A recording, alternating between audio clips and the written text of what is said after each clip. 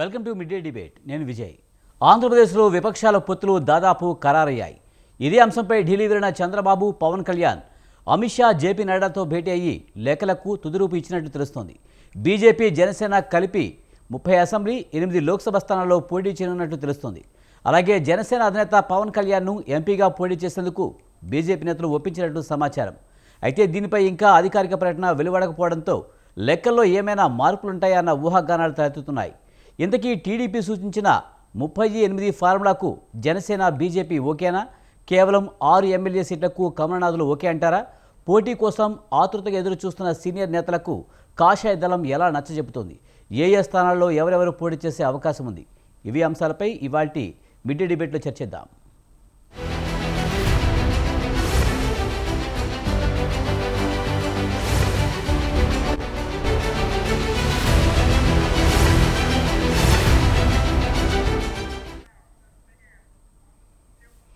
TDP, Janasena, BJP పొత్తు దాదాపుగా ఖరారైంది. పొత్తు పడడంతో 2014 రిపీట్ అవుతుందని విపక్షాలు అంటుంటే 3 పార్టీలను ఎలా ఎదుర్కోబోతుందో వైసీపీ అనేది చూడాల్సింది. ఇక ఇదే అంశానికి సంబంధించి మనతో మాట్లాడేందుకు డాక్టర్ షకీర్ గారు, వైసీపీ రాష్ట్ర నాయకులు, అలాగే సయ్యద్ రఫీ గారు, టీడీపీ రాష్ట్ర అధికార ప్రతినిధి కూడా మనతో ఉన్నారు. వారితో మాట్లాడదాం. షకీర్ గారు నమస్తే అండి. నమస్తే సార్, టీడీపీ, జనసేన, బీజేపీ పొత్తు దాదాపుగా ఖరారైనట్టుగా తెలుస్తుంది. ఈ కూటమి 2014 ఎలా అయితే విజయం సాధించామో రాబోయే ఎన్నికల్లో కూడా విజయం తథ్యమని చెప్తున్నారు. ముందుగా విజయ్ గారు మీకు, అదే విధంగా ప్యానల్ ఉన్నటువంటి మిత్రులు రఫీ గారికి, అదే విధంగా స్వతంత్ర టీవీ ప్రేక్షకులకు నా నమస్కారాలు. విజయ్ గారు, ఈరోజు మీరు తీసుకుంటే ఈరోజు ఆంధ్ర రాష్ట్రంలో పరిస్థితి ఎలా ఉందంటే 40 సంవత్సరాల చరిత్ర కలిగిన టీడీపీ పార్టీ ఈరోజు చాలా బలహీన పడిపోయి దేహి అని చెప్పేసి అమిత్ షా కోసం రోజుల తరబడి అక్కడ వెయిట్ చేసే పరిస్థితి. టీడీపీ పార్టీని బతికించుకోవాలని చంద్రబాబు నాయుడు గారు, ఆయన పార్ట్నర్ అయినటువంటి పవన్ కళ్యాణ్ గారు పడుతున్న పాటలు చూస్తే ఆంధ్ర రాష్ట్ర ప్రజలు నవ్వుకోవాలో మరి ఏం చేయాలో అర్థం కాని పరిస్థితి. ఈరోజు చంద్రబాబు నాయుడు గారు గతంలో కూడా 2014లో ఇదే ఫార్ములాతో, అంటే బీజేపీతో పొత్తులో, అదే విధంగా జనసేన పార్టీ యొక్క సహాయం తీసుకుని ఆ రోజు గవర్నమెంట్ ని ఫామ్ చేయడం జరిగింది. వన్ ఫైన్ డే 2018లో ఏం చేశారంటే ధర్మ పోరాట దీక్ష అని చెప్పేసి కొన్ని అంశాలను లేవనెత్తడం జరిగింది బీజేపీకి అగెనెస్ట్ గా. దానిలో ముఖ్యంగా తీసుకుంటే ప్రత్యేక హోదా కానివ్వండి, వెనకబడిన ప్రాంతాల యొక్క మౌలిక సదుపాయాల కోసం నిధులు ఏర్పాటు చేయటం, అదే విధంగా కాకినాడలో పెట్రోకెమికల్ కాంప్లెక్స్ యొక్క నిర్మాణము, దాని తర్వాత విజయవాడ, వైజాగ్, చెన్నై పారిశ్రామిక corridor, Amaravati, Vizag steel plant, Kadapa steel plant, దాదాపు 10కి పైగా అంశాలను ఆయన ప్రస్తావించి ఇవేమీ చేయలేదు కాబట్టి నేను ఈరోజు ధర్మ పోరాట దీక్ష చేస్తున్నాను బీజేపీ పార్టీకి అగెనెస్ట్ గా అని చెప్పేసి. అదేవిధంగా దేశం మొత్తం తిరిగాడు, మోడీ హటావ్ దేశ్ బచావ్ అని చెప్పేసి, మోడీని ఒక టెర్రరిస్ట్ అని చెప్పేసి, మోడీ ఉంటే ఈ దేశంలో శాంతి ఉండదని చెప్పేసి దేశం మొత్తం తిరిగాడు. కాంగ్రెస్ పార్టీని అధికారంలోకి తీసుకురావాలని కేంద్రంలో చాలా పాటలు పడ్డాడు. అదే విధంగా అతనికి పార్ట్నర్ అయినటువంటి జనసేన అధినేత ఎవరైతే పవన్ కళ్యాణ్ ఉన్నారో ఆ రోజు బయటకు వచ్చి ఏం చెప్పారు? పాచిపోయిన లడ్లు అని చెప్పారు. అదే పాచిపోయిన లడ్లు ఈ రోజు ఆయనకి మహాప్రసాదంగా కనిపిస్తున్నాయంటే ఆంధ్ర రాష్ట్ర ప్రజలు ఏంటంటే అంత అవివేకులు కాదు, అజ్ఞానులు కాదు. 2014లో వీళ్ళు ఆడిన డ్రామాలను చూసి 2019లో వీళ్ళకి పెద్ద వాత పెట్టారు. 23 సీట్లకి తెలుగుదేశం పార్టీని, అదే విధంగా జనసేనని ఒకే ఒక్క సీటుతో అక్కడ వాళ్ళని కన్స్ట్రైన్ చేయడం జరిగింది. మళ్ళీ ఖచ్చితంగా ఏంటంటే ఈసారి ఆంధ్ర రాష్ట్రంలో జగన్మోహన్ రెడ్డి గారికి అత్యధిక సీట్లు కేటాయించి మళ్ళీ సీఎం గా చేసుకుంటారు ఆంధ్ర రాష్ట్ర ప్రజలు. చాలా క్లియర్ గా చెప్తున్నా. ఇప్పుడు ఈ మన చంద్రబాబు నాయుడు గారు ఏం ప్రగల్భాలు పలుకుతారు? నేను రాజకీయ ప్రాతిపాదిక మీద ఈరోజు రాష్ట్ర అవసరాల కోసం నేను పొత్తులోకి వెళ్తున్నానని చెప్తున్నాడు. అన్కండిషనల్ గా ఈ రోజు బీజేపీతో పొత్తులోకి వెళ్ళడానికి ఆయన ముందుకెళ్ళినారు. ఏదైనా షరతులు ఉన్నాయా? లేదు, బేషరతుగా వెళ్తున్నారు. ఆయన ఏమంటారు? రాజకీయ ప్రాతిపాదిక అంటారు. ఈ జనాలందరికీ తెలుసు అది రాజకీయ ప్రాతిపాదిక కాదు. స్వంత ప్రయోజనాల కోసం, పార్టీ ప్రయోజనాల కోసం, కేవలం ప్రజా ప్రాతిపాదిక మీద కాకుండా రాజకీయ ప్రాతిపాదిక మీద ఆయన ఈరోజు తన పార్టీని బతికించుకోవడానికి బీజేపీ పెద్దలు ఎవరైతే ఉన్నారో వాళ్ళ చుట్టూ ఈ రోజు ప్రదక్షిణలు చేయడం జరుగుతా ఉంది. దీన్ని బట్టి మీకు అర్థమవుతుంది ఆంధ్ర రాష్ట్రంలో ఏ పార్టీ బలంగా. కానీ షకీర్ గారు, ఏదేమైనా ప్రభుత్వ వ్యతిరేక ఓటు చేరనేమన్న విపక్షాలు కలిసి ఏదో రకంగా కలిసి ఐక్యమత్యంతో ముందుకు వెళ్తున్నాయి అనుకోవాలా? ఇది రాబోయే రోజుల్లో వైసీపీకి డ్యామేజ్ జరిగే అవకాశం లేదా? ఇప్పుడు నేను ఒకే మాట అంటాను, బీజేపీ ఉంది, బీజేపీకి ఎంత ఓటు బ్యాంక్ ఉందండి? 0.8% ఉంది. 0.8% ఉన్న ఓటు బ్యాంక్ కోసం ఈ రోజు టీడీపీ బాగా బలమున్న పార్టీ అంటున్నారు కదా, ఇదే చంద్రబాబు నాయుడు వాళ్ళ పొత్తు కోసం ఎందుకు వెళ్తున్నారు? సో అందరు, నేను ఒకే మాట చెప్తానండి, ప్రజాస్వామ్యంలో ఎవరు ఎవరితోనో పొత్తులోకి వెళ్ళొచ్చు. కాకపోతే దాని పొత్తుకి ఏంటంటే కొంత, ఇప్పుడు ఆయన నేను రాజకీయ అవసరాల కోసం వెళ్తున్నాను, రాజకీయ ప్రాతిపాదిక మీద వెళ్తున్నా అంటే మేము క్వశ్చన్ చేయము. ఎందుకంటే it is his own wish, అతను వెళ్ళొచ్చు. బీజేపీతో ఏముందండి, కేఏ పాల్ పార్టీ, ప్రజాశాంతి పార్టీతో అయినా కూడా పొత్తు పెట్టుకోమనండి, మాకేం ఇబ్బంది లేదు. ఎంతమంది కలిసి వచ్చినా మా అధినాయకుడు చెప్పే విధంగా కేవలం మేము మా మా ప్రజలు నమ్ముకున్నాం, మా పొత్తు మాత్రం రైట్. ఆంధ్ర శేఖర్ గారు, రాష్ట్ర ముఖ్యంగా మీరు ప్రజలతో. చెప్తున్నారు వీళ్ళు- టీడీపీ రాష్ట్రంలో చాలా బలహీనపడిందని చెప్తున్నారు. నిజానికి టీడీపీ అవును. రాష్ట్రంలో తనకైనా బలమైన పార్టీలతో పొత్తు అయితే పెట్టుకోవడం లేదు. మీరు చెప్తున్నట్టుగా బీజేపీ ప్రభావం పెద్దగా ఏపీలో ఉండదని చెప్తున్నారు, బలహీనంగా ఉందని చెప్తున్నారు. అటువంటి పార్టీకి ఓట్ షేరింగ్ కూడా లేదని చెప్తున్నారు. అటువంటి పార్టీతో పొత్తు పెట్టుకుంది. అలాగే గతంలో పవన్ కళ్యాణ్ పోటీ చేసినా గెలవలేని పరిస్థితిలో ఉన్న పార్టీతో పొత్తు పెట్టుకుంది. అయినప్పటికీ కూడా వైసీపీ Yes. ఎందుకు అంత భయపెడుతుంది? మేమెక్కడ భయపడుతున్నాం అండి? మేమెక్కడ భయపడతాం? మేము చెప్తున్నాం కదా, మేము సింగిల్ గానే వస్తాం, మీరు ఎవరితోనో పొత్తులు పెట్టుకొని మనం చాలా క్లియర్ గా చెప్తున్నాం, మా పొత్తు ఆంధ్ర రాష్ట్ర కానీ ప్రజలు పొత్తు విషయంలో పదే పొత్తు పెట్టుకుంటున్నారు. ఇది సరైన పొత్తు కాదని రకరకాలుగా చెప్తున్నారు. వాళ్ళ పొత్తు వాళ్ళ వ్యక్తిగతమైన విషయం. మరి పొత్తు పెట్టుకుంటే వాటిని ఎదుర్కోవడం చాలా ఈజీ అని మీరు అనుకుంటే కనుక పొత్తుపై పదే ఎందుకు మాట్లాడాల్సిన అవసరం ఉంది? విజయ్ గారు, నేను చాలా ఫస్ట్ లోనే చెప్పాను, ఏమని చెప్పాను, చంద్రబాబు నాయుడు గారు ఈ రోజు పొత్తులోకి వెళ్ళటానికి ముందు ఆయన ఏం చెప్తా ఉన్నారు, నేను రాష్ట్ర అవసరాల కోసం వెళ్తున్నాను, ఇది ప్రజా ప్రాతిపాదిక మీద వెళ్తున్నాను, సొంత ప్రయోజనాల కోసం వెళ్ళట్లేదని అబద్ధం చెప్తున్నారు ఆయన. కాబట్టి మేము దాని గురించి మాట్లాడుతున్నాం. ఆయన నిజంగా నేను నా రాజకీయ అవసరాల కోసం వెళ్తున్నాను, లేదు ఆ రోజు ధర్మ పోరాట దీక్షలు నేను లేవలెత్తిన ఈ అంశాలు ఫుల్ఫిల్ చేశారు కాబట్టి బీజేపీ వాళ్ళు ఈ రోజు నేను వాళ్ళతో పొత్తులో వెళ్తున్నానంటే మేము నమ్మటానికి నిజంగా ఉన్నాం. ఏ అంశాలను వాళ్ళు ఫుల్ఫిల్ చేశారని ఈ రోజు టీడీపీ పార్టీ బీజేపీతో పొత్తులోకి వెళ్తుందండి? క్లియర్. ఆ రోజు నచ్చింది ఈ రోజు ఎలా నచ్చాడని చెప్పేసి నేను అంటున్నాను. దీనికి ఏదైనా ఒక రాజకీయ పొత్తులో వెళ్ళేటప్పుడు క్లిస్టల్ క్లియర్ గా ఉండాలి. ముందు ఒక మాట వెనక మాట ఉండకూడదు అనేది మాది. రైట్ అండి. మనతో పాటు సయ్యద్ రఫీ గారు, టీడీపీ రాష్ట్ర అధికార ప్రతినిధి కూడా ఉన్నారు మనతో. సయ్యద్ రఫీ గారు, నమస్తే అండి. నమస్కారం సార్. రాష్ట్రంలో టీడీపీ చాలా బలహీనపడింది, అందుకే పొత్తుల కోసం వెంపర్లాడుతుంది, సొంతంగా గెలిచే దమ్ము లేదంటూ కూడా వైసీపీ నాయకులు పదే విమర్శలు చేస్తున్నారు. మొత్తానికైతే టీడీపీ, జనసేన, బీజేపీ పొత్తు అయితే దాదాపుగా ఖరారైనట్టు తెలుస్తుంది. అధికారికంగా ప్రకటన మాత్రమే రావాల్సి ఉంది. 2014 రిపీట్ అవుతుంది టీడీపీ అంటుంటే, కాదు మా సంక్షేమ పథకాలే మమ్మల్ని బతికిస్తాయని వైసీపీ అంటుంది. కొంచెం మాట్లాడే అవకాశం ఉండండి, చాలా విషయాలు తప్పనిసరిగా సార్ మాట్లాడండి. షకీర్ గారు, అలాగే మీకు, షకీర్ గారికి, అలాగే స్వతంత్ర వీక్షకులందరూ కూడా నమస్కారం. ఈ పొత్తు ఖరారు కాకుండా ఉండటానికి జగన్మోహన్ రెడ్డి చేయని ప్రయత్నం అంటూ లేదు. ముందు బీజేపీ నాయకుల ద్వారా జనసేన మేము కలవకుండా ఉండాలని చాలా ప్రయత్నం చేశారు.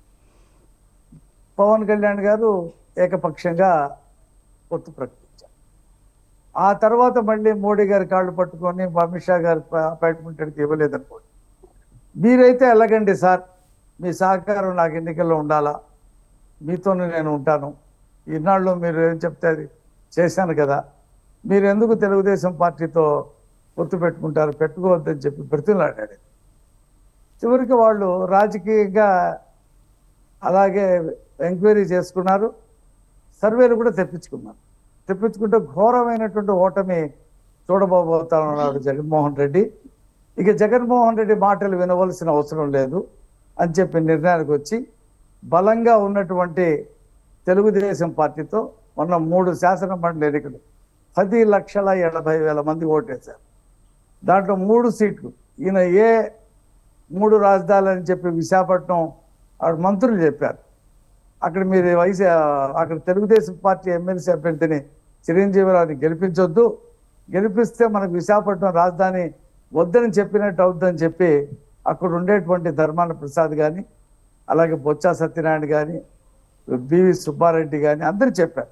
అయినా పెద్ద మెజార్టీతో విశాఖపట్నం శాసన మండలి అభ్యర్థిని గెలిపించారు. వాళ్ళు ఎన్ని ప్రలోభాలు పెట్టినా, ఎంత డబ్బు పంచి పెట్టినా గెలిపించారు. అలాగే రాయలసీమలో 2 సీట్లు. ఆ ఎన్నికలతో తేలిపోయింది. ప్రజాబలం సర్వేలు కూడా అవసరంలా. 10,80,000 మంది ఓటేయటం అంటే అది మామూలు విషయం కాదు. అది తెలుసుకున్నారు, సర్వేలు తెప్పించుకున్నారు. ఏ ప్రశాంత్ కిషోర్ని అయితే పొగిడాడో జగన్మోహన్ రెడ్డి, వాళ్ళ ప్లీనరీ మీటింగ్లో చేయెత్తి పట్టుకొని అదే ప్రశాంత్ కిషోర్ ఇవాళ చెప్తా ఉన్నాడు. ఘోర పరాజయాన్ని చూడబోతున్నాడు జగన్మోహన్ రెడ్డి. అలాగే ఇండియా టుడే చెప్పింది ఘోర పరాజయాన్ని చవి చూడబోతున్నాడు. అన్ని సర్వేలు అలాగే వస్తూ ఉన్నాయి. పాపం అతనికి దిక్కు తోచక అతనితో పొత్తు పెట్టుకోవటానికి ఎవరు వెళ్ళరే.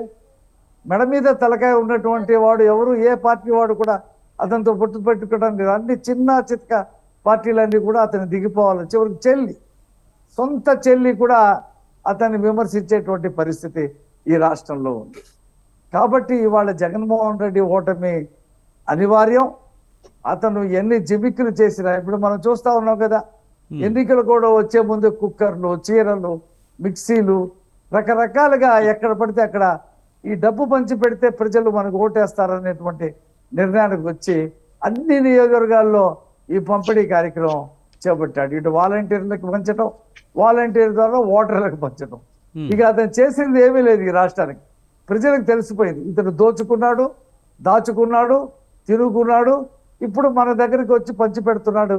ఇక ఇతని గనక మళ్ళీ గనక మన ముఖ్యమంత్రి చేస్తే ఇప్పటికే సచివాలయాన్ని తాకట్టు పెట్టి డబ్బులు తెచ్చుకున్నాడు, కలెక్టరేట్లు తాకట్టు పెట్టేశాడు, పార్కులు అన్ని బస్టాండ్లు అన్నీ తాకట్టు పెట్టి డబ్బులు తెచ్చేసుకున్నాడు, దోచుకున్నాడు.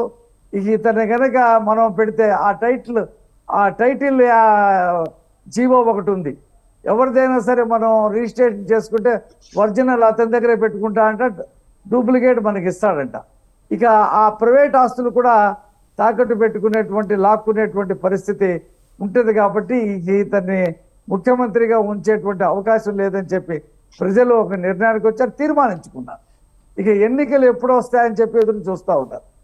ఇంకొక 4 రోజులు, 40 రోజులు, 45 రోజులు ప్రజలు ఇతన్ని చూస్తారు ముఖ్యమంత్రిగా. ఆ తర్వాత మాజీ ముఖ్యమంత్రి అయిపోవటం అనివార్యం. మాజీ ముఖ్యమంత్రి అయిపోయిన తర్వాత ఒకటే కదా ఘోర పరాజయం. కనీసం ప్రతిపక్ష నాయకుడు హోదా కూడా రానటువంటి సీట్లలో ఓడిపోతా ఉన్నాడు. రోజుకొక ఎంపీ, రోజుకు ఎమ్మెల్యే పారిపోతా ఉన్నారు, ఆ పార్టీ నుండి పట్టుకుంటా ఉన్నారు. ఇక సస్పెన్షన్లే మిగిలి తప్పితే చేరికలు లేవు ఆ పార్టీలో. మేము కనుక నిజంగా కనుక గేట్లు తెరిస్తే ఒకే రోజు ఖాళీ అయిపోద్ది వైసీపీ.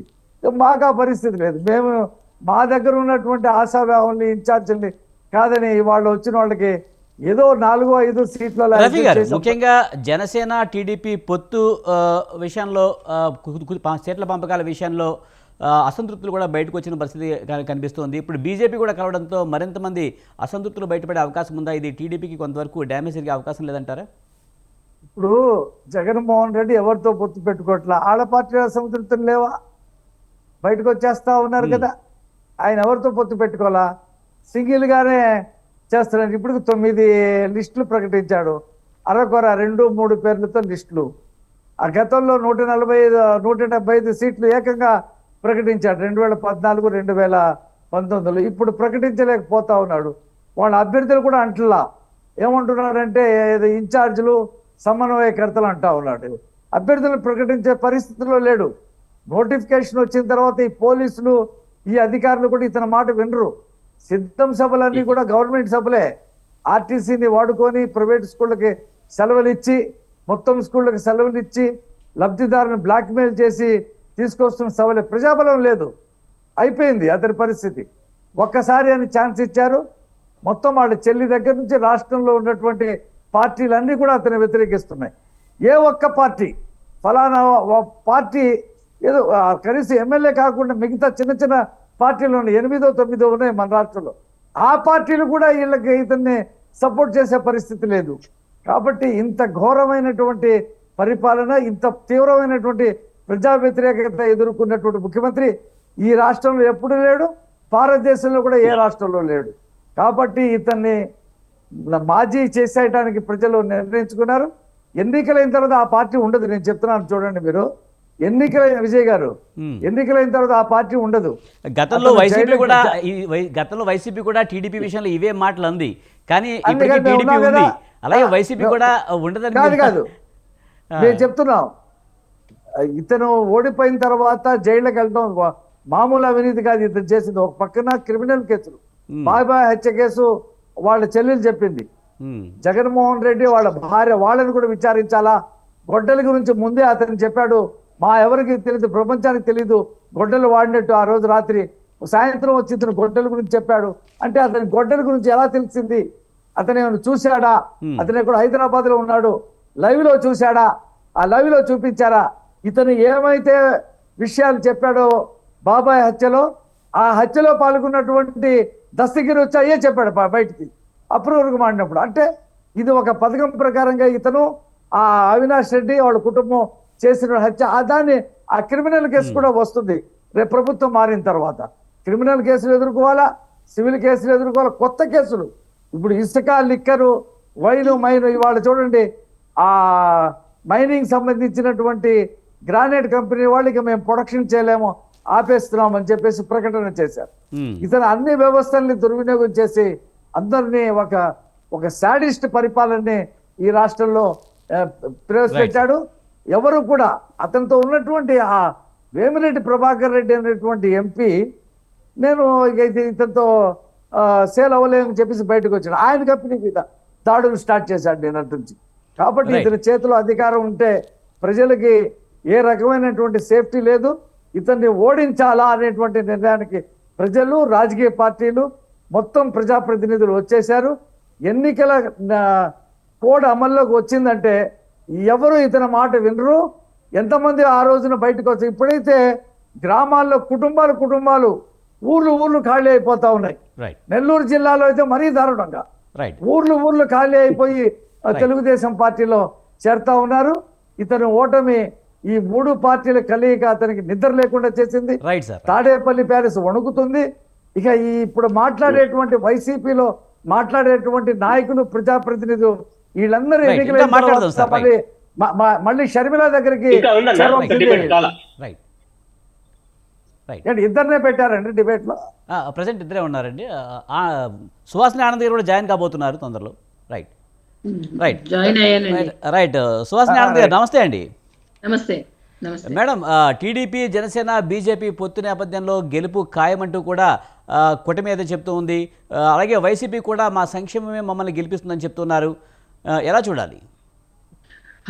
ప్యానెల్లోని పెద్దలందరికీ నమస్కారం అండి.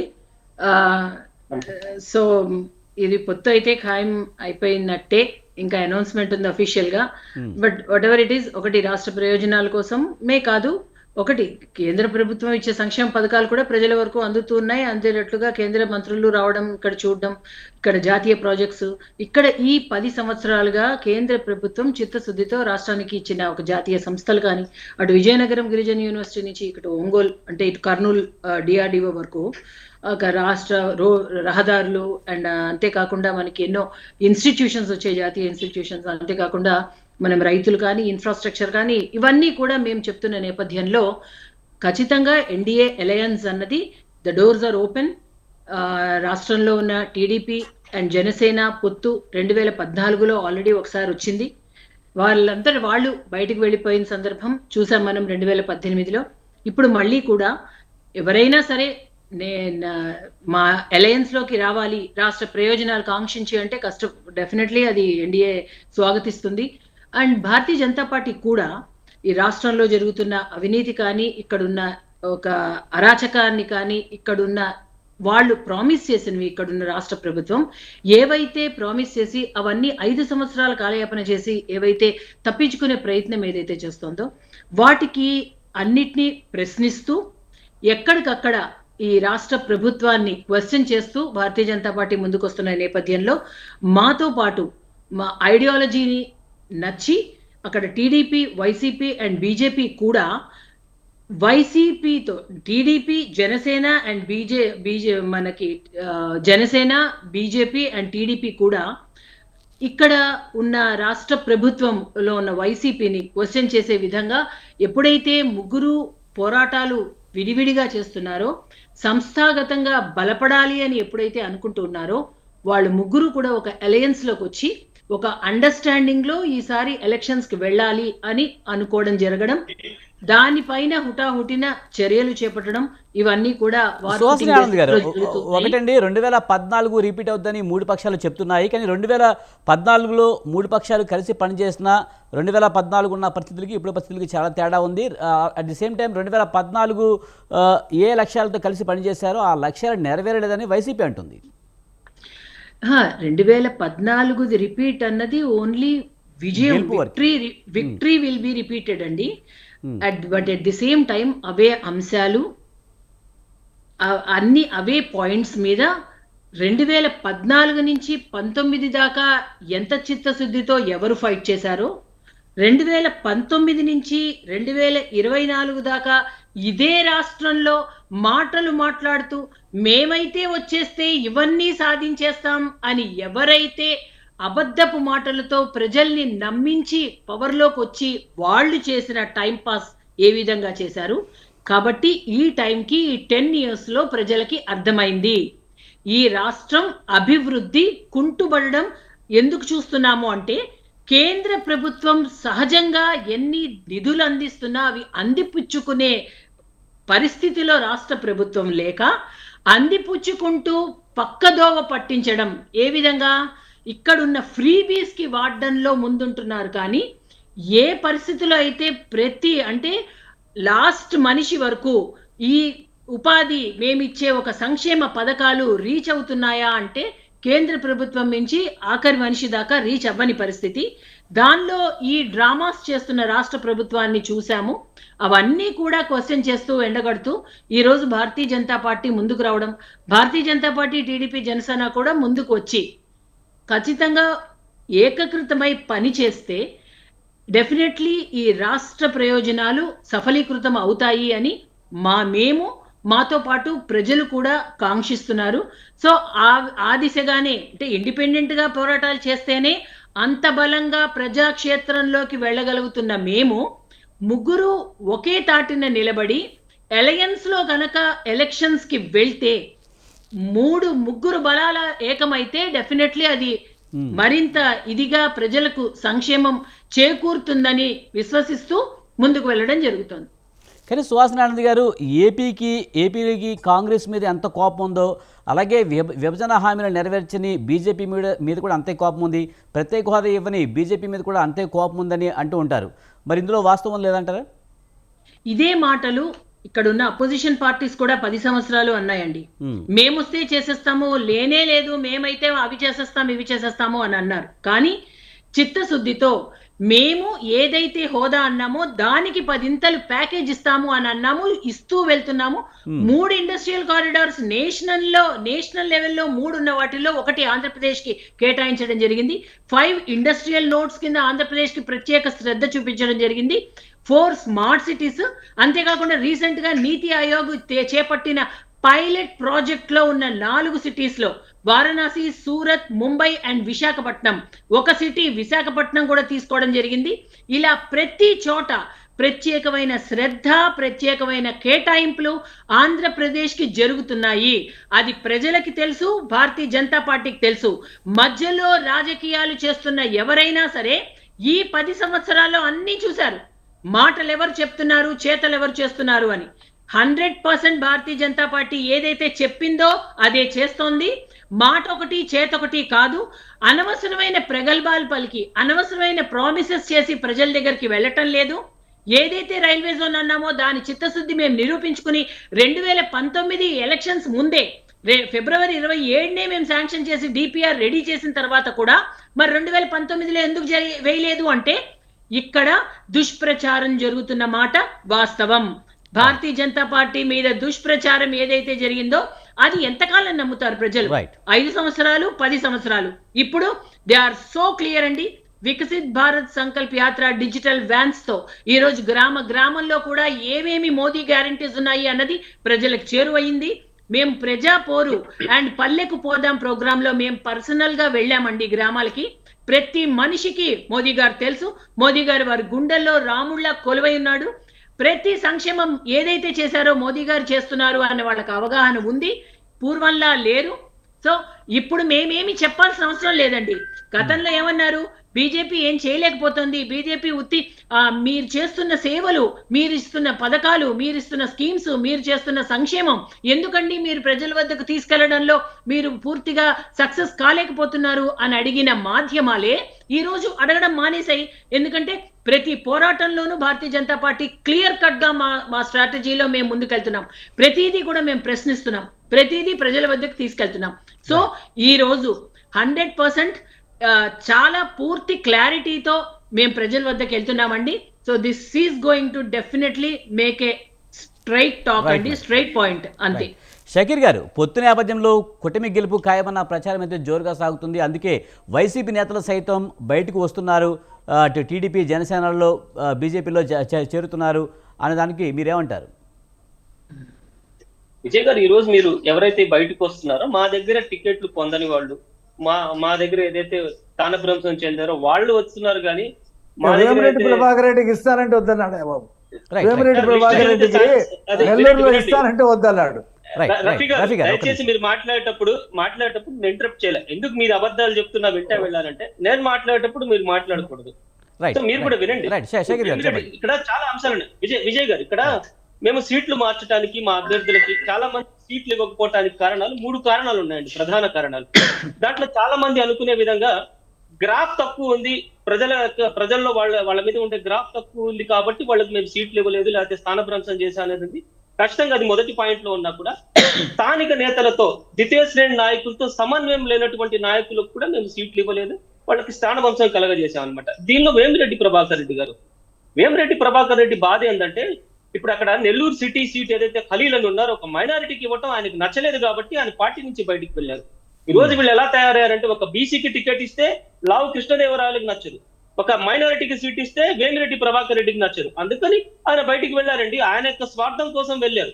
ఇంకోటి కూడా చాలా అంశాలు ఇందాక ప్రస్తావించారు మన రఫీ గారు. ఒక్కొక్క అంశాన్ని నేను క్లుప్తంగా ఒక 5 నిమిషాల్లో మేడం సుబాని మేడం మాట్లాడింది కూడా కొన్ని అంశాలు నేను దానికి సమాధానం ఇచ్చుకొని మళ్ళీ టాపిక్ లోకి వస్తాను.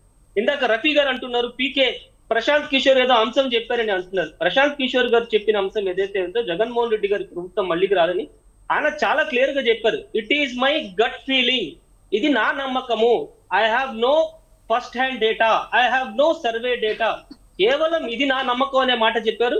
అది రఫీ గారు గమనించాలి. ఆయన జ్యోతిష్కుడు కాదు, దైవాంశ సంబుద్ధుడు కాదు. Next only India today survey గురించే చెప్పారు రఫీ గారు. 7 సర్వేలు వస్తే 6 సర్వేలు మళ్ళీ వైసీపీ ప్రభుత్వం విజయడంక మోగిస్తుందని చెప్పారు. కేవలం ఇండియా టుడే కాకుండా మిగతా 6 సర్వేలు, అది కూడా తెలుసుకోవాలా. ఇంకోటి కూడా సచివాలయం తాకట్టు అని చెప్పారు.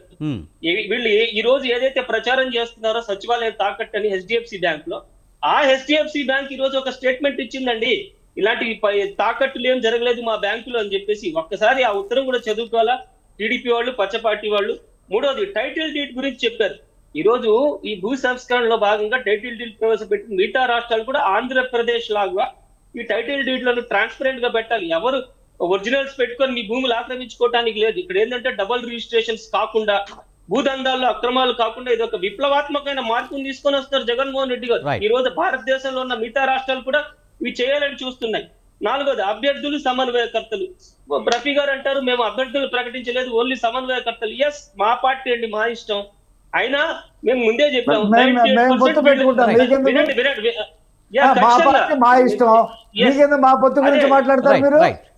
డిబేట్ పెట్టారు కాబట్టి మాట్లాడుతారు. ఆయన ఏమన్నారు కాదు కాబట్టి మాట్లాడుతున్నాం. ఎస్, ప్రజల కోసం అని చెప్పి అబద్ధాలు చెప్తున్నాడండి, అందుకని మాట్లాడుతున్నాం. నా రాజకీయ అంటే నేను ఎందుకు మాట్లాడతాను? మేము ఎక్కడ చెప్పలేదే. వినండి వెలుగొండ ప్రాజెక్ట్ లో నీళ్లు లేవు, ఓపెన్ చేసి నీళ్లు వస్తున్నాయి అంటున్నాడు. పూర్తిగా ప్రాజెక్ట్ ఓపెన్ రఫీ గారు వినండి. అభ్యర్థుల సమన్వయం 98% ఏవైతే శేఖర్ గారు ఒకటి మీరు చెప్తున్నారు గ్రాఫ్ తక్కువగా ఉంది, సమన్వయం చేయని నేతలు మాత్రమే పక్కన పెడుతున్నామని చెప్తున్నారు. కానీ పాలనా వైఫల్యం వల్లనే మేము బయటకు వస్తున్నామని వాళ్ళని చెప్తున్నారు. ఇప్పుడు ఈ వైఫల్యం జగన్ వెళ్తుందంటారా? రైట్ సరే, ఇప్పుడు బయటకు వచ్చినోడు ఏదో కహాని చెప్పాలి కదా అతని వైఫల్యాన్ని కప్పిపుచ్చుకోవటానికి. ఎందుకంటే అతని రాజకీయ జీవితం ఆయన కంటిన్యూ చేయాలనుకుంటాడు కానీ సమాప్తం చేసుకోవాలనుకోడు కదా. కానీ 5 ఏళ్లలో వాళ్ళ వైఫల్యాలు ఎందుకు గుర్తించలేకపోయింది అధిష్టానం? సార్ 3 సంవత్సరాల అసలు- ముందు నుంచే జగన్మోహన్ రెడ్డి Right. గారు పీరియాడికల్ ఏమండి గా వాళ్ళని రఫీ గారు ఒక్క నిమిషం అండి. మాట్లాడారు. రఫీ గారు ప్లీజ్ ఆగండి. రఫీ ఒక్క గారు. నిమిషం సార్. వాళ్ళని కలవడానికి ప్రతి- ఇంటర్వ్యూ ప్రతి ఇవ్వలేదండి. period లో- రైట్ ఇక వైఫ్ వెళ్ళాలి అక్కడ. రఫీ భాయ్ మీరు ఆగండి. ఓపిక ఉండండి ప్లీజ్.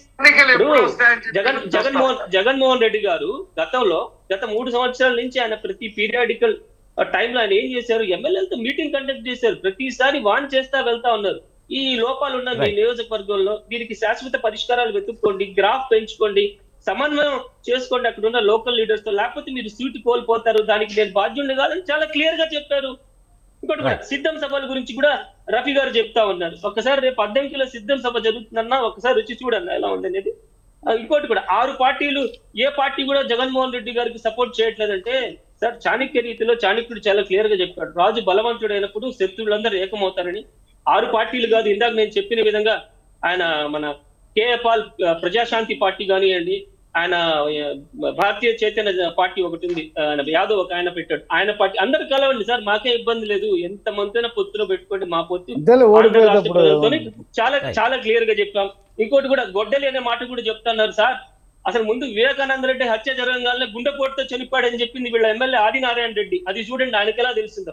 మాకు డౌట్ ఏదో ఒక పథకం ప్రకారం జరిగిందని ఆదినారాయణ రెడ్డి గారు చెప్పింది. విజయసాయి రెడ్డి చెప్పాడు. సాక్షి పేపర్ లో విజయసాయి రెడ్డి చెప్పాడు, Right. ఆదినారాయణ రెడ్డి చెప్పలా. రఫీ గారు. కొత్తగా చెప్తున్నా ఈ మాట. ఈ మాట ఇవాళ కొత్తగా చెప్తున్నావు. Right. విజయసాయి రెడ్డి చెప్పాడు. ఆదినారాయణ రెడ్డి మొట్టమొదటి చెప్పిన వ్యక్తి విజయసాయి రెడ్డి కానీ- సాక్షి పేపర్, సాక్షి టీవీ చెప్పింది, వేరే కానీ టీవీ షకీర్ గారు, చెప్పలా. షకీర్ గారు ఏదేమైనా కానీ సరే, హూగిల్డ్ బాబాయ్ అనేది ఒకటి ఖచ్చితంగా వైసీపీకి మైనస్ అయ్యే అవకాశం ఇంకొన్ని అంశాలు ఉన్నాయి. రెండు ఇంకొక 2 మినిట్స్ Right, విజయ్ గారు, ఇంకొక 2 మినిట్స్.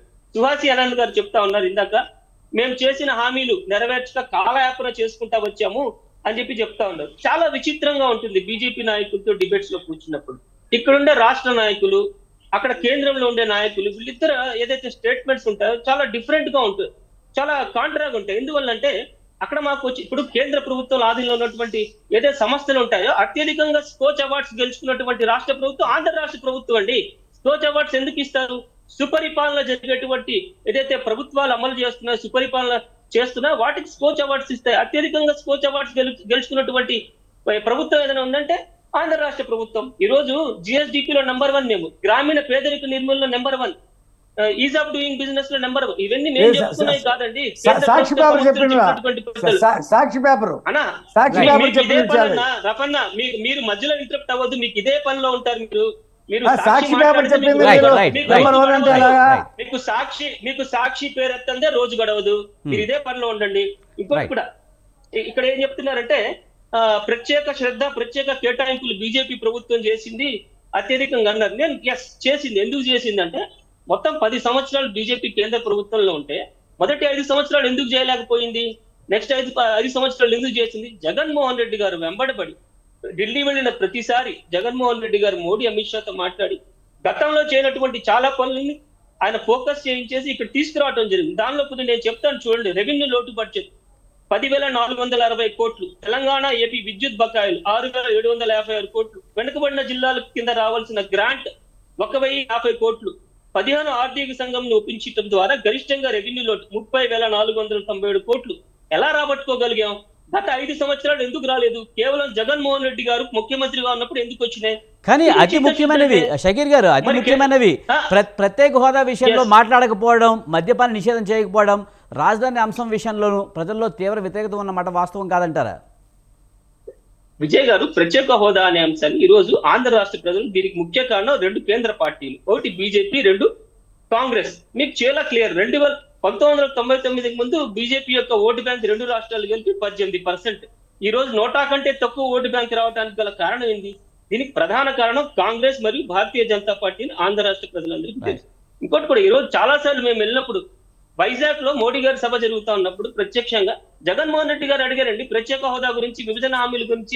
ఆయన ముందే అడిగిన వ్యక్తి జగన్మోహన్ రెడ్డి గారు. చాలా సార్లు మా ఎంపీలు ఎవరైతే ఉన్నారో విజయసాయి రెడ్డి గారు కానీ, మితిన్ రెడ్డి గారు చాలా సార్లు అక్కడ ప్లకార్డ్స్ పట్టుకుని నిరసన వ్యక్తం చేసిన పరిస్థితులు. కానీ మెడలు వంచుతామని చెప్పారు కదా, మెడలు వంచకుండా ప్లీజ్ ప్లీజ్ అని అడగడమే సరిపోయింది కదా మీకు 5 సంవత్సరాలు అనేది. విజయ్ గారు మేము ప్రత్యేక హోదా అంటే జైలుకు పంపిస్తాం, ప్రత్యేక ప్యాకేజే ముద్దని చెప్పేసి మళ్ళీ 2018లో ప్రత్యేక హోదా కావాలండి. 2 నాలుకల ధోరణిలో లేవండి. మేము ఫస్ట్ నుంచి ప్రత్యేక హోదా అనే చెప్పాం. ఎస్ నేను చెప్పాం మెడల్ వంచుతామని. అబ్సల్యూట్ మెజారిటీ వచ్చింది బీజేపీకి. దాని నెక్స్ట్ డేనే జగన్మోహన్ రెడ్డి గారు ఒక మీటింగ్ లో అడ్రస్ చేయడం జరిగింది. మేము అనుకున్నాం మెజారిటీ రాకపోతే మా సహాయం కావాల్సి వస్తే కేంద్ర ప్రభుత్వం ఖచ్చితంగా ప్రత్యేక హోదా కోసం అడుగుతామని చెప్పేసి ఒకటి శేఖర్ గారు, ప్రత్యేక హోదా అనేది హక్కు కదా, వాళ్ళకి మెజారిటీ రావడం అనేది అది విషయం కాదు కదా. మీకు కావాల్సింది మీరు అడగాలి, అంతేగాని వాళ్ళకి పూర్తి మెజారిటీ రాకపోతేనే మేము వాళ్ళని అడుగుతాము, అది బ్లాక్ మెయిలింగ్ లా ఉంటుంది కదా శేఖర్ గారు. మరి అవునండి, మరి రాష్ట్ర ప్రయోజనాల కోసం yes we do blackmailing. రాష్ట్ర ప్రయోజనాల కోసం ఇప్పుడు నేను ఒక మాట చెప్తాను విజయ్ గారు, 23 ఎంపీలు రిజైన్ చేశాం. ఇస్తారా ప్రత్యేక హోదా బీజేపీ వాళ్ళు? మీరే చెప్పారుగా 25 ఎంపీలు రిజైన్ చేస్తే ఇస్తారని ఆ రోజు చెప్పాడు కదా. ఆ రోజు ఏం చెప్పాడు? అవును, ఎస్ మేము అదే చెప్పేది. మేము ఇప్పటికి అదే స్టాండ్ లో ఉన్నాం. ప్రత్యేక హోదా అంటే జైలుకి పంపించట్లేదు కదా, మేమే అదే స్టాండ్ లో ఉన్నాం. ప్రత్యేక హోదా కోసం మేము ఇప్పటికి మాట్లాడుతూనే ఉంటాం. శేఖర్ గారు ఇంకా మాట్లాడదామండి, మిగతా వాళ్ళతో కూడా మాట్లాడదాము. ఈ రోజు కేసులకు భయపడి కదా చంద్రబాబు నాయుడు పొత్తులోకి వెళ్తాం. శేఖర్ గారు ఓకే అండి. రఫీ గారు, ముఖ్యంగా మొన్నటి వరకు ఉప్పు నిప్పుకున్న బీజేపీ టీడీపీ ఇప్పుడైతే కలిసి పనిచేయాలని అనుకోవడానికి మూడోసారి ప్రధానిగా ముచ్చటగా మోడీ అవుతారనే సర్వేలన్నీ చెప్పడంతోనే కొంత అటువైపు స్టాండ్ తీసుకుందా టీడీపీ? మీరు చెప్తున్న మాట విత్డ్రా చేసుకుంటే మేము బీజేపీ ఉప్పు నిప్పుగా ఎప్పుడు లేమే. 2019 నుండి ఎన్నికలు అయిపోయిన దగ్గర నుంచి మేమేమే ఎక్కడ కూడా మా పార్టీ అధ్యక్షుడు బీజేపీని విమర్శించింది లేదే. మేము మా ఇక్కడ ఉండేటువంటి ప్రధాన రాక్షసుడు ఈ రాష్ట్రాన్ని సర్వనాశనం చేస్తున్న జగన్మోహన్ రెడ్డి మీదే మేము ఫోకస్ పెట్టాం తప్పితే బీజేపీ మీద మేము ఎప్పుడు ఫోకస్ పెట్టలేదే. ఉప్పు నిప్పుగా ఇప్పుడు లేమే.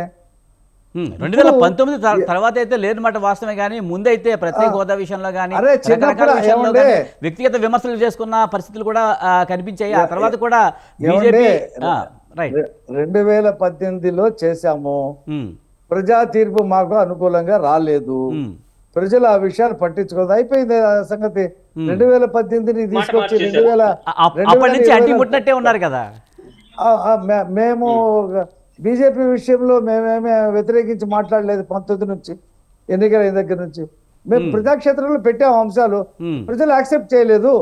జగన్మోహన్ రెడ్డి ఈ రాష్ట్రానికి ప్రత్యేక హోదా తెస్తాడు, ఈ రాష్ట్రానికి జగన్మోహన్ రెడ్డి బ్రహ్మాండమైన రాజధాని కడతాడు, జగన్మోహన్ రెడ్డి సంపూర్ణ మద్యపాన నిషేధం చేస్తాడు, జగన్మోహన్ రెడ్డి ప్రతి జనవరిలో జాబ్ క్యాలెండర్ ఇస్తాడు, జగన్మోహన్ రెడ్డి సిపిఎస్ రద్దు చేస్తాడు, జగన్మోహన్ రెడ్డి తెలంగాణ కంటే మంచి రోడ్లు వేస్తాడు, జగన్మోహన్ రెడ్డి రైతులకి మంచి చేస్తాడని ప్రజలు నమ్మారు, అతని ఓట్లు వేశారు. కాబట్టి ఆ బాధ్యత జగన్మోహన్ రెడ్డిదే. ప్రత్యేక హోదా తీసుకురావాలన్నా, పోలవరం కంప్లీట్ చేయాలన్నా, రాజధానులు 1 కాదు 10 రాజధానులు కట్టాలన్నా అతనే కట్టాలా? అవన్నీ చేయలేకపోయాడనే కదా మేము ఇవాళ చెప్తా ఉన్నాం. 5 సంవత్సరాల కాలంలో ఒక్క రాజధాని కట్టలేకపోయాడు, ఉన్న రాజధాని చంపేశాడు. వైజాగ్ రాజధాని అన్నాడు, ఎగ్జిక్యూటివ్ క్యాపిటల్ అన్నాడు. అక్కడ ఆయన ఉండటానికి 500 కోట్ల బిల్డింగ్ తప్పితే వేరే ఏం చేయలేదు. పైగా 40,000 కోట్ల రూపాయలు అతని మనుషులు దోచుకున్నారు విశాఖపట్నం చుట్టూ. అందరికీ తెలిసినటువంటి విషయాలే ఇది. ఇప్పుడు మహిళల దగ్గర ఏ ముఖం పెట్టుకొని వస్తాడు?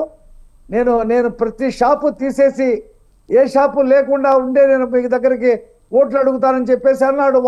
ఒకసారి కాదు, 2 సార్లు కాదు, 100 సార్లు అన్నాడు. ముఖ్యమంత్రి అయిన తర్వాత కూడా అదే మాట అన్నాడు. తర్వాత వీళ్ళ మనుషులు అంచెలవారు అన్నాడు. అంచెలవారు పంచెలవారు ఇప్పుడు తేలిపోయింది కదా. 5 సంవత్సరాల్లో షాపులు ఎత్తలేదే. స్టార్ హోటల్కే పరిమితం చేసి నేను ఓట్లు అడుగుతానని చెప్పేసి అన్నాడు. ఏ ముఖం పెట్టుకొని ఇవాళ ఓట్లు అడుగుతాడని చెప్పి ఆడవాళ్ళు కొంగు బిగించి చీపురు కట్టలు తీసుకున్నటువంటి పరిస్థితి ఏర్పడింది. వాళ్ళ 35,000 మంది చచ్చిపోయారు. ఇతనే మద్యం తయారు చేసుకుంటాడు, ఇతనే ప్రభుత్వ షాపులు అమ్ముకుంటాడు. ఆ డబ్బు డిజిటల్ పేమెంట్స్ లేకుండా క్యాష్ పేమెంట్ లో తాడేపల్లి ప్యాలెస్ కి తరలించుకుంటాడు, విదేశాలకి పంపించుకుంటాడు. దాదాపు 35 లక్షల మంది కిడ్నీ వ్యాధితో లివర్ వ్యాధులతో బాధపడుతున్నారు ఈ నాసిరకం మద్యం తాగి. ఆడవాళ్ళు కొంగు బిగిస్తా ఉన్నారు. ఇవాళ అతను వస్తే చీపురు కట్టలు పట్టుకోవాలని రోడ్డు మీదకి రావట్లేదు. అతను హెలికాప్టర్లో ప్రయాణాలు చేస్తా ఉన్నాడు. ఏ ఒక్క రోడ్డు బాగలేదు. ఆ రోడ్లని చూసి జనం ఇతను ఎప్పుడు పోతాడని చూస్తా ఉన్నారు. వస్తే అడుగుదామని చూస్తా ఉంటే 2,000 మంది పోలీసులు పెట్టుకుంటాడు, చుట్టూ పరదాలు పెట్టుకుంటాడు. పైనుంచి వస్తాడు హెలికాప్టర్లో పైనుంచి వెళ్తుంటే కింద ట్రాఫిక్ ఆపేస్తారు. అదేంటో మరి తెలీదు. విచిత్రమైనటువంటి విషయాలు, పచ్చి అబద్ధాల కోరు. Right. ఇవాళ చెల్లె తూర్పార పడతా ఉంది. రాష్ట్రానికి వెన్నుపోటు పడిచాడు, నా కుటుంబంలో నాకు వెన్నుపోటు పడిచారు, నాకు రావాల్సిన ఆస్తి ఇవ్వలేదని చెప్పేసి ఆమె మొన్న మాట్లాడింది. ఇంకో తల్లి హంతకుడు అని చెప్పేసి అంది. ఇలాంటి హంతకుడిని ఎన్నుకోవద్దని చెప్పేసి ఇంకో తల్లి చెప్పింది. ఇదంతా కూడా రాష్ట్రంలో వైరల్ అవుతున్నటువంటి విషయాలు. ఇతను తాడేపల్లి ప్యాలెస్ లో ఏ ఒక్క మనిషిని కలిసింది లేదు, ఎమ్మెల్యేలు ఎంపీలు కలవలేదని చెప్పి వాళ్ళు చెప్తా కానీ ఉన్నారు. రఫీ గారు, వైసీపీ వాళ్ళు చెప్తున్నది ఏంటంటే అన్ని పక్షాలను చంద్రబాబు నాయుడు మేనేజ్ చేస్తున్నారు, బీజేపీని ఇప్పుడు ఈసారి అయితే బీజేపీని కాంగ్రెస్ను కూడా మేనేజ్ చేస్తున్నారని నేను సజ్జల రామకృష్ణారెడ్డి ఒక స్టేట్మెంట్ ఇచ్చారు. సజ్జల రామకృష్ణారెడ్డి ఒక చెత్త మనిషి, యూజ్లెస్ ఫెలో నెంబర్ 1. వ్యక్తిగత విమర్శలు వదిలేండి. రైట్ మరి అతనే రఫీ గారు వ్యక్తిగతంగా వెళ్ళొద్దు. రైట్ రైట్ వ్యక్తిగతంగా వెళ్ళొద్దు. రైట్ శేఖర్ గారు, కాంగ్రెస్ తో మాకేం పోతుంది? వ్యక్తిగతంగా కాంగ్రెస్ వెళ్ళొద్దు. రైట్ రైట్ కాంగ్రెస్ తో మాకేం పోతుంది? ఓకే శేఖర్ గారు, కాంగ్రెస్ అంటే అతను ఏం మాట్లాడినా మేము ఒప్పుకోవాలా? అతను ఏం మాట్లాడు? వ్యక్తిగతంగా కాంగ్రెస్ తో ఎలా మాట్లాడతారండి? Useless fellow మేము ఏంటి? పెద్ద మనిషి ఏంటి? యూజ్లెస్ ఎలా అంటే అంటారు ఉపయోగపడని మనిషి అని. మీకు అలాగే కనిపిస్తాయండి. పచ్చ స్పెట్స్ తీయండి మీరు. పచ్చ కళ్ళద్దాలు తీయండి. అలా అంటారు మీరు. అతను ఎమ్మెల్యే, శేఖర్ గారు, అతను మంత్రి కాదు, ఎంపీ కాదు, అతను మేమంటే పాయింట్ అవుట్ చేయండి, ఒప్పుకునేది. అతను ఎంపీ కాదు, ఎమ్మెల్యే కాదు, అది ఎమ్మెల్సీ కాదు. అతను ఒక ప్రభుత్వం డబ్బు తీసుకొని పార్టీకి పనిచేసేటువంటి ఒక కిరాయి మనిషి. అతను చెప్పే మాటకి జవాబు ఏముంది? ఇప్పుడు అది కాంగ్రెస్ తో మాకు ఎక్కడ పోతుంది? కాంగ్రెస్ తో ఇప్పుడు ఎక్కడో ఎయిర్పోర్ట్ లో కాంగ్రెస్ వాళ్ళు ఎదురైతే మాట్లాడరా? మోడీ గారు మాట్లాడ్డా? సోనియా గాంధీ పార్లమెంట్ లో కనిపిస్తుంటే మోడీ గారు మాట్లాడలేదా? కాబట్టి మీరు చీకట్లో మీరు పొత్తు గురించి ప్రయత్నం చేసి మేము ఓపెన్ గా చేసాం. కెమెరాలు తీసుకున్నారు, కెమెరాలతో మాట్లాడింది, కెమెరాలు ఉన్నాయి. దాంట్లో ఏముంది? మేము మాట్లాడతాం, ఎవరితోనైనా మాట్లాడతాం. మేము రాజకీయంగా మేము ఇవాళ ఎన్డీఏలో చేరాలనుకున్నాం, ఓపెన్ గా చెప్తున్నాం. ఇదేం రహస్యం కాదు. కాంగ్రెస్ తో ఉన్న సంగతి నువ్వు చూపించు. సాధ్యమవుతుందంటారా? ఒకేసారి బీజేపీతో కాంగ్రెస్ తో సాధ్యమవుతుందంటారా అసలు? అదే రేవంత్ రెడ్డి మా పార్టీలో నుంచి వెళ్ళిపోయినటువంటి ఒక నాయకుడు ముఖ్యమంత్రి. అలా కాదండి, రేవంత్ రెడ్డి మా పార్టీలో పనిచేసి వెళ్ళిపోయినటువంటి నాయకుడు ముఖ్యమంత్రి. మాట్లాడితే తప్పేముంది? ఇప్పుడు షర్మిల గారు అలా కాదు, షర్మిల గారు వాళ్ళ అబ్బాయి వాళ్ళ దీనికి పిలిచారు, ఫంక్షన్ పిలిచారు, చంద్రబాబు నాయుడు గారు వెళ్ళారు. చంద్రబాబు నాయుడు గారి ఇంటికి షర్మిల గారు వచ్చారు. అంత మాత్రాన షర్మిల గారు చంద్రబాబు పార్టీలో చేరిపోయినట్ట? ఇదే మాటలు నీకు తెలిసిందంటే రహస్యం ఎలా అవుతుంది? అది నీకు తెలిసిందంటే రహస్యం ఎలా అవుతుంది? ఏంటి పెట్టు? రేవంత్ రెడ్డి చంద్రబాబు కలిసిన వీడియో ఉందా? మీరు నువ్వు ఎలా చెప్తున్నావు? నువ్వు కలిశారని చెప్పి నువ్వు ఎలా చెప్తున్నావు? వీడియో ఆయన చెప్తున్నాడు కదా కెమెరాలకు వచ్చినాయని. మీ దగ్గర స్టూడియోకి వచ్చిందా? కాకపోతే ఏంటది? నేను రేవంత్ రెడ్డి సంగతి చెప్పలా. ఏ కాంగ్రెస్ నాయుడు కలిసినా సరే ఎయిర్పోర్ట్ లో మాట్లాడతాం. రేవంత్ రెడ్డి చంద్రబాబు నాయుడు కలిశారని నీకెవరు చెప్పారు? వాళ్ళు కలిశారని నేను చెప్పలా మాట.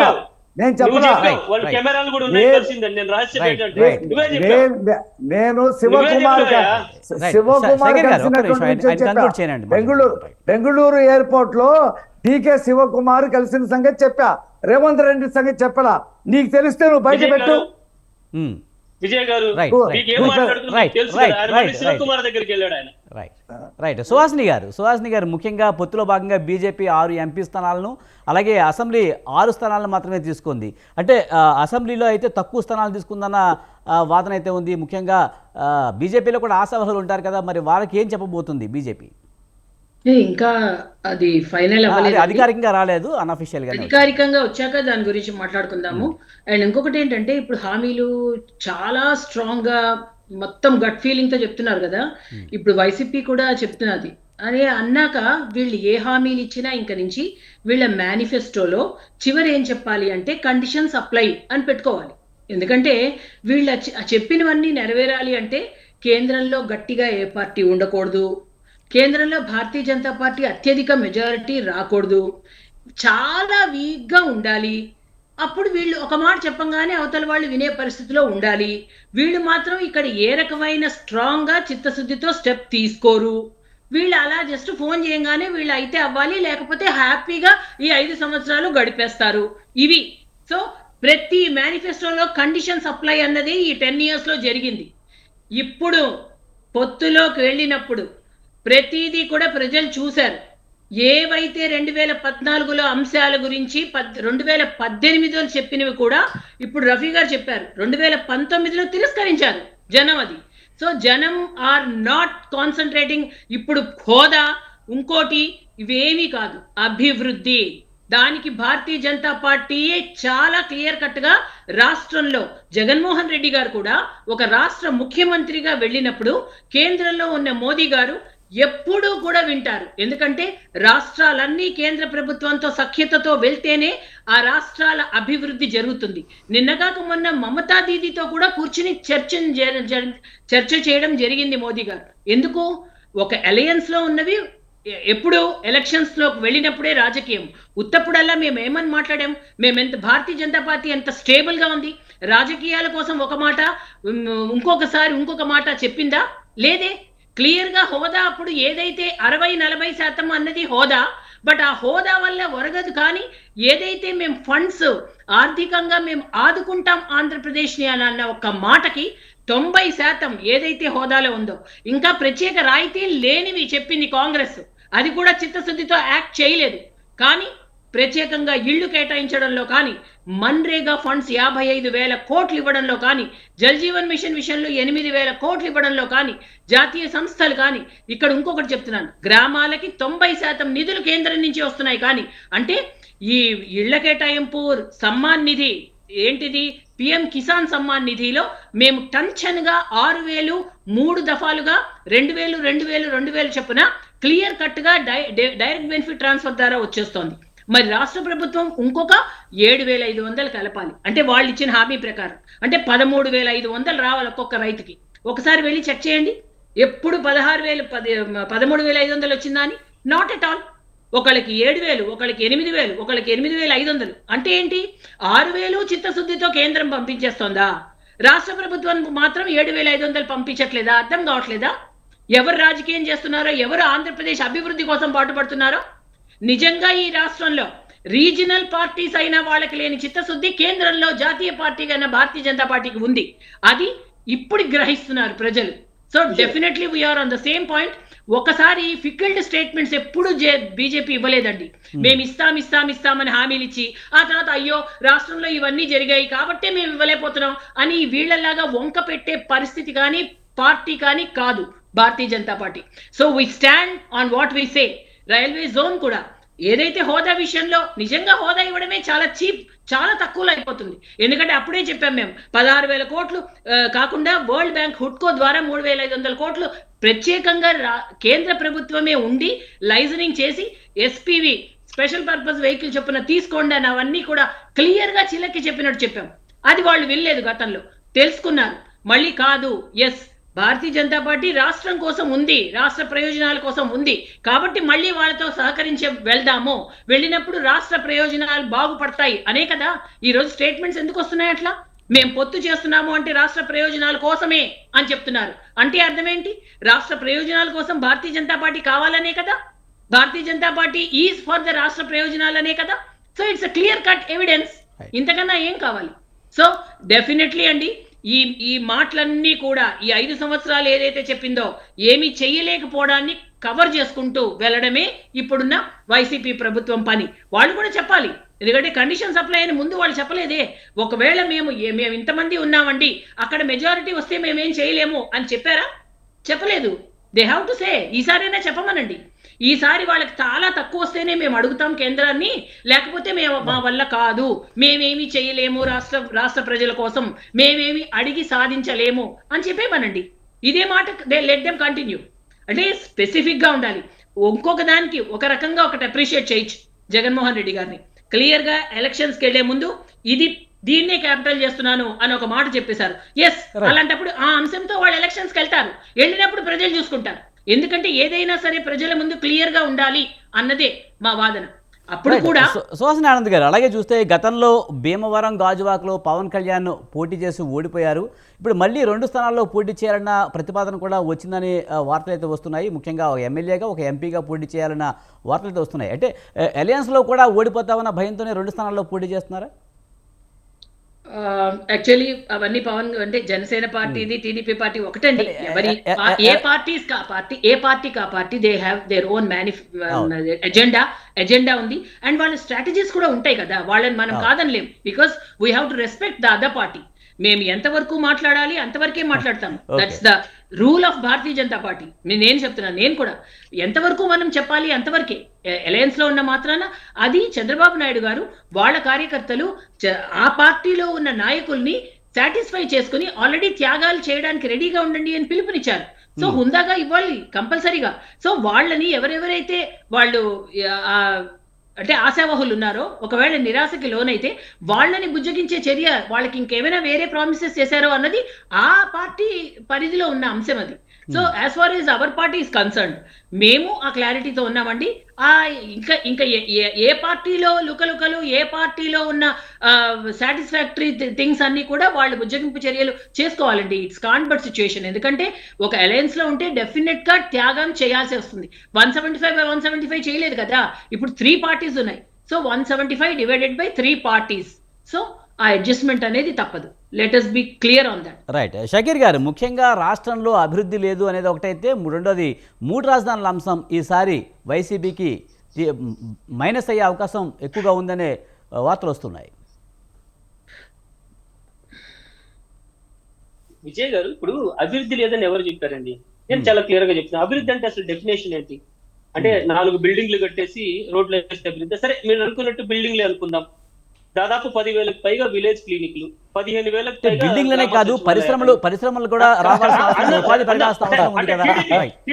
టీడీపీ అదే టీడీపీ వాళ్ళ భాషలో అందామండి. బిల్డింగ్లు కడితే అభివృద్ధి కదా.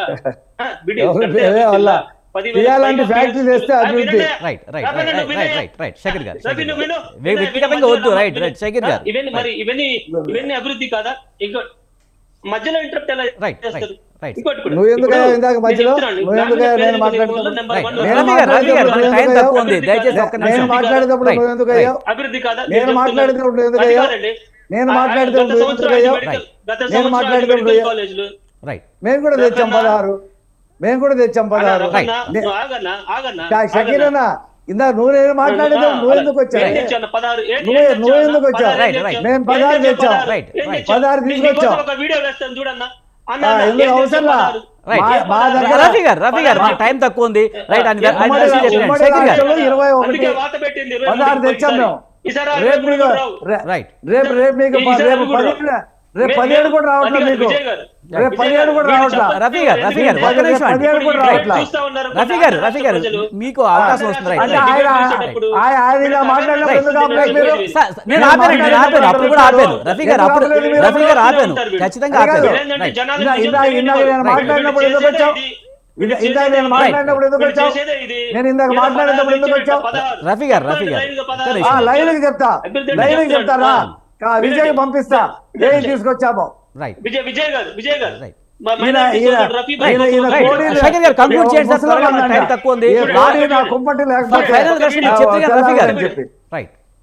ఒక్క వీడియో రఫీ గారి కోసం. ఏం అవసరం లేదా?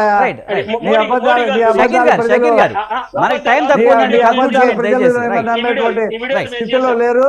ఈ వీడియోలు ఇవన్నీ కూడా ఎవరు చూడరు. ఇవన్నీ కూడా ప్రచారం చేసుకోండి. మీరు ప్రజల్లోకి వెళ్ళి, మీరు రోడ్ల మీదకి వెళ్ళి ఇవే పెట్టుకొని ఇలా పట్టుకొని తిరగండి. ఈ పట్టుకొని మీరు అన్ని కూడా పెట్టుకొని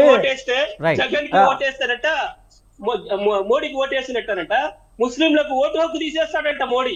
అలాంటి వ్యక్తి ఈ రోజు మళ్ళీ బీజేపీతో పొత్తులోకి వెళ్తున్నాడు. మా సోదరుడు మాట్లాడుతున్నాడు. వీడియో పంపిస్తారన్న తర్వాత ఫ్రీగా చూడండి. ముస్లింల మీద దేశద్రోహం కేసు పెట్టినట్టు వ్యక్తి చంద్రబాబు నాయుడు. నారా హమారా టీడీపీ హమారా కార్యక్రమం ముస్లిం పిల్లలు ఎవరైతే ఉన్నారో మాకు ఇవాళ నెరవేర్చాల్సిన ముస్లింలకు హామీలు మోసం నెరవేర్చే బాబు అంటే ముస్లింల ద్రోహి కింద మిగిలాడు జగన్మోహన్ రెడ్డి. జగన్మోహన్ రెడ్డి ఇవాళ ముస్లింల ద్రోహి కింద మిగిలిపోయాడు. ఇవాళ ముస్లింలను మోసం చేసినటువంటి వ్యక్తి జగన్మోహన్ రెడ్డి. ముస్లింలని రఫీ గారు, షకీర్ గారు, థ్యాంక్ యూ వెరీ మచ్ అండి. రైట్ పాత్ర వేశాడు. రైట్, మనకి టైం అయిందండి. షకీర్ గారు థ్యాంక్ యూ వెరీ మచ్ అండి డిబేట్లో పాల్గొన్నందుకు. అలాగే రఫీ గారు thank you very much. Suhasini Anand గారు థ్యాంక్ యూ వెరీ మచ్ అండి డిబేట్లో పాల్గొన్నందుకు. ఇది ఇవాల్టి మీడియా డిబేట్. చూస్తూనే ఉండండి స్వతంత్ర.